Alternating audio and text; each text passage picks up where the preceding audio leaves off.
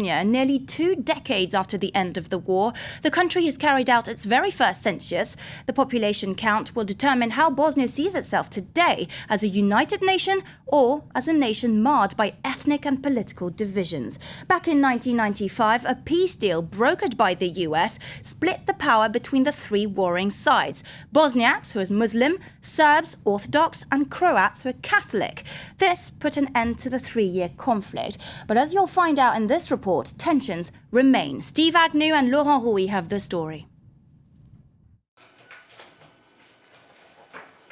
Nermina Muninovic chairs the Census Commission in Srebrenica. Problems have been piling up since the census began. These forms have finally arrived after 4 days without, and there have also been irregularities. 2 census takers even tried to cross the border into Serbia in a blatant attempt at fraud.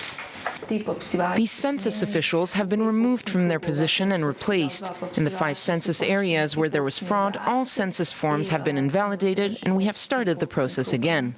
Many Bosniaks and Serbs fled Srebrenica because of the war and are now a high-value commodity for the census. Serbian politician Glisic Dragic has done all he can to persuade Serbs who had left Bosnia to return. We've been giving out interviews throughout Serbian media. This has helped us spread the word, to inform people, so that they know they should return home between October 1st and 15th to take part in the census. And it's worked. Many Bosnian Serbs who now live abroad have come back to Bosnia for the census. I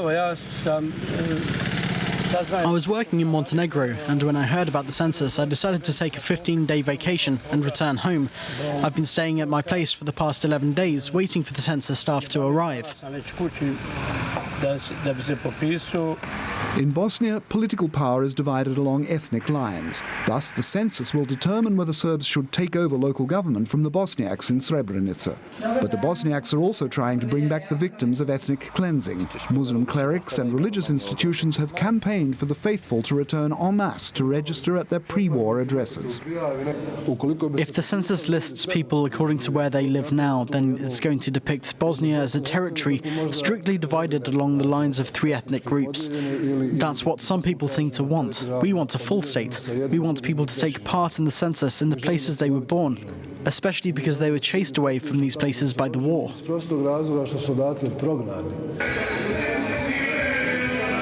Many Bosniaks and Serbs who no longer live in Srebrenica have returned from abroad or from elsewhere within the country.